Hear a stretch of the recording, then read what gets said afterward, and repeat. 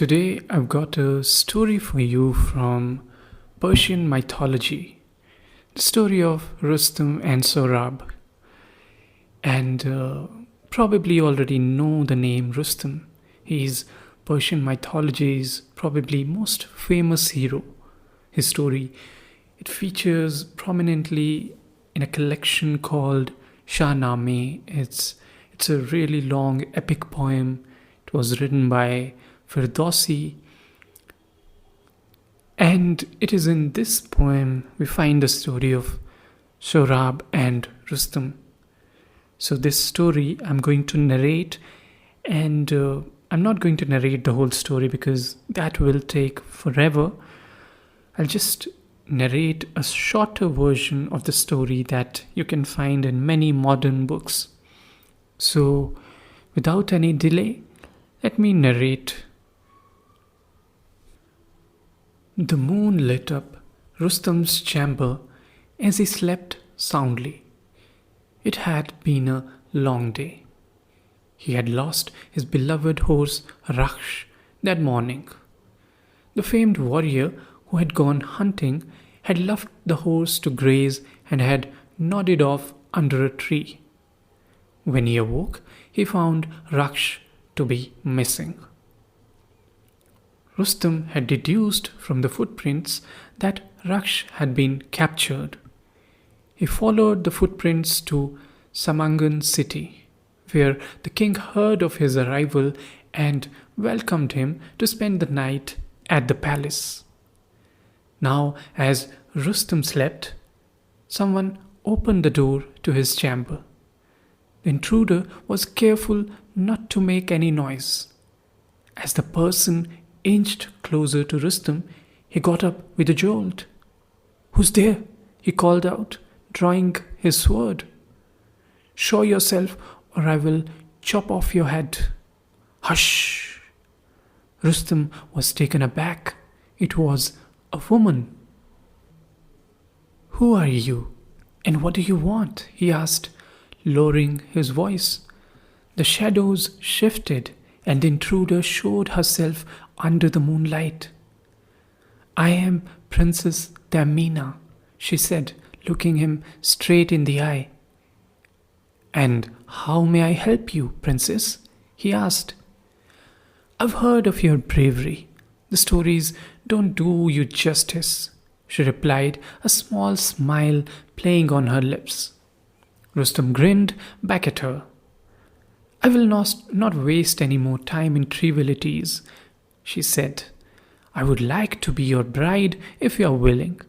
I've grown up listening to stories about your courage, and I cannot imagine finding anyone better." Rustam was surprised by Tamina's words, but her attitude greatly pleased him. On the following day, Rustam and Tamina were married.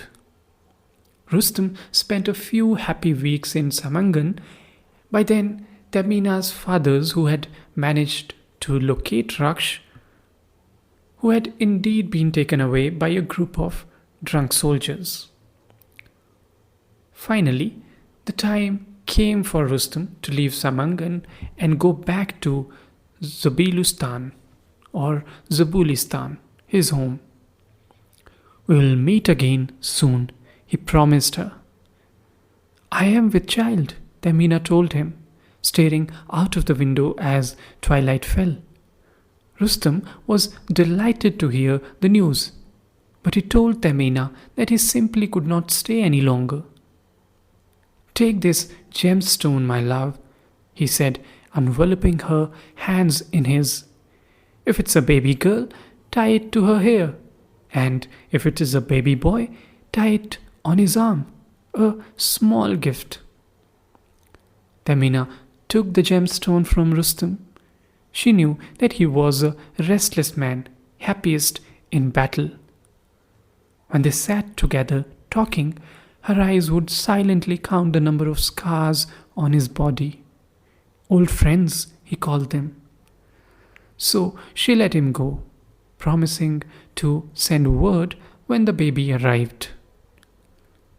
The months passed by quickly.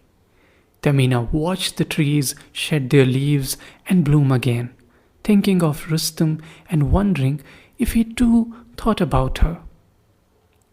One full moon night, she gave birth to a beautiful boy. As he gazed at Sohrab's innocent face, Tamina felt tears prick her eyes. He looked so much like his father. But in that very moment, she knew that she would never tell Rustum about Sohrab's birth. No, if she told him, he would take her son away and groom him to be a fighter, just like him. He would expect Sohrab to flex his muscles, spill his blood, and give his breath to prove he was a man. When she had been a mere girl, she had been fascinated by such stories of bloodshed.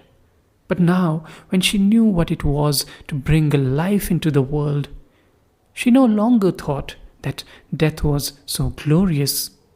And so, Tamina sent word to Rustum that she had given birth to a girl.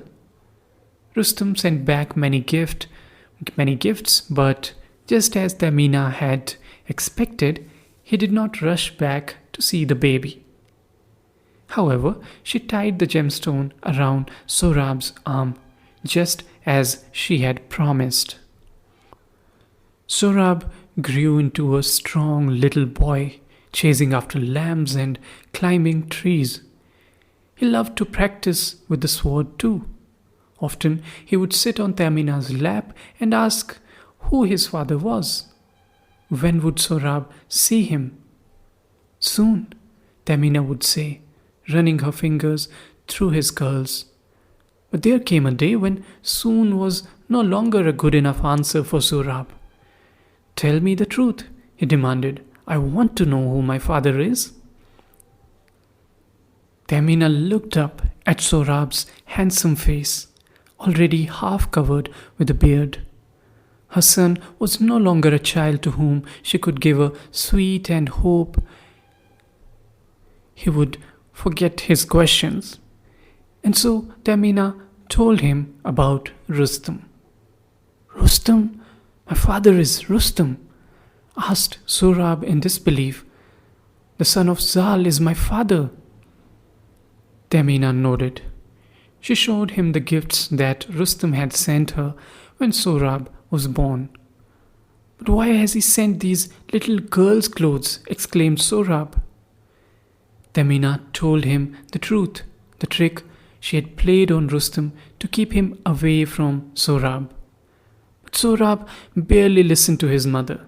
He was already imagining the wonderful moment when he would unite with his father. I will find my father, said Sohrab, and I will make him the king of Iran and you the queen. Tamina's heart quaked when she heard Sohrab's words. There's more to life than battles and glory, she said. I'm not afraid of death, he said proudly. What do you know of death? She said, when that moment comes, there's nobody who will not pray for one more day, just one more day to live. I've lost enough time as it is, mother. Don't stop me now, he said with impatience. That night, Sohrab did not sleep a wink. He came up with a plan to find his father and fulfill his promise. He decided to take the help of Afrasiab, the king of Turan, to battle against King Caicos, the ruler of Iran. He knew that if he could find Rustum anywhere, it would be on the battleground. Like Rustum, Sohrab too was a fierce warrior. When he arrived in Iran with Afrasiab and his army, his name spread like wildfire. Here was a man who fought like a lion, a man who knew no fear and could not be stopped. King Caicos was worried. He did what his advisors told him to do. Bring in Rustum, their best warrior. Only he could stop the stranger. By the time Rustam arrived, Sohrab had managed to capture the fort of Seped and the Turanian army was stationed there. Rustam waited till dusk and sneaked into the enemy camp to find out their strategy. He saw Sohrab sitting with two other men and discussing their plans.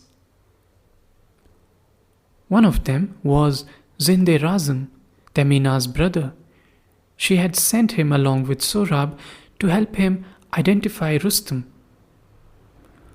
But Zinde-Razm's face was in the shadows, and Rustam did not recognize him. Noticing a movement from the corner of his eye, Zinde-Razm got up to investigate. Quickly, Rustam killed him in the darkness before he could make a sound. When Sohrab discovered his uncle's death, he realized that an enemy had crept into the camp. The next day, a furious Sohrab went to King Kekos and challenged him to send his best warrior for a fight. That was, of course, Rustam. When Sohrab saw Rustam, he felt something stir within him. This was completely new, for he was known to have no mercy at all for his enemies. "Do you know Rustam?" Sohrab asked hesitantly. Rustam laughed. "I'm nobody compared to the great Rustam," he replied, thinking this would make Sohrab lower his defenses. The fight began. The two of them duelled for hours, their swords clanging and clashing. But if Sohrab was more agile, Rustam's experience helped him stand firm. At dusk, they stopped the fight and decided to meet again the next day. Sohrab could not shake off the feeling that he knew this fighter from somewhere.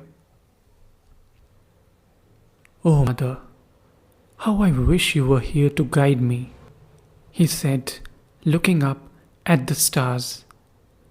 But the next day too, the older warrior denied that he knew who Rustam was when Sohrab asked him. Sohrab was the better man in the duel this time. He managed to fling Rustam to the ground and was about to plunge his danger into his heart when Rustam played a trick on him. It's against the rules of war to strike the enemy when you overpower him for the first time, he lied. Sohrab was strangely relieved when he heard that. He got off Rustam immediately and let him go, little knowing that Rustam would not show him the same kindness. For when the two warriors met again, Rustam pierced Sohrab's heart at the first opportunity, surprising the young man with his deception. "I don't mind dying," said Sohrab, gasping for breath. "But I wish I had at least seen my father. At least once. The brave Rustam." When Rustam heard this, he could not believe it. He caught hold of Sohrab's arm, and sure enough, the gemstone he had given Tamina was tied around it. Rustam's screams rent the air as he held his son's drooping head in his lap. The young man was at peace. He had met his father at last, but he realized that his mother had been right all along. How he wished he could live for one more day, just one more day. But it was not to be.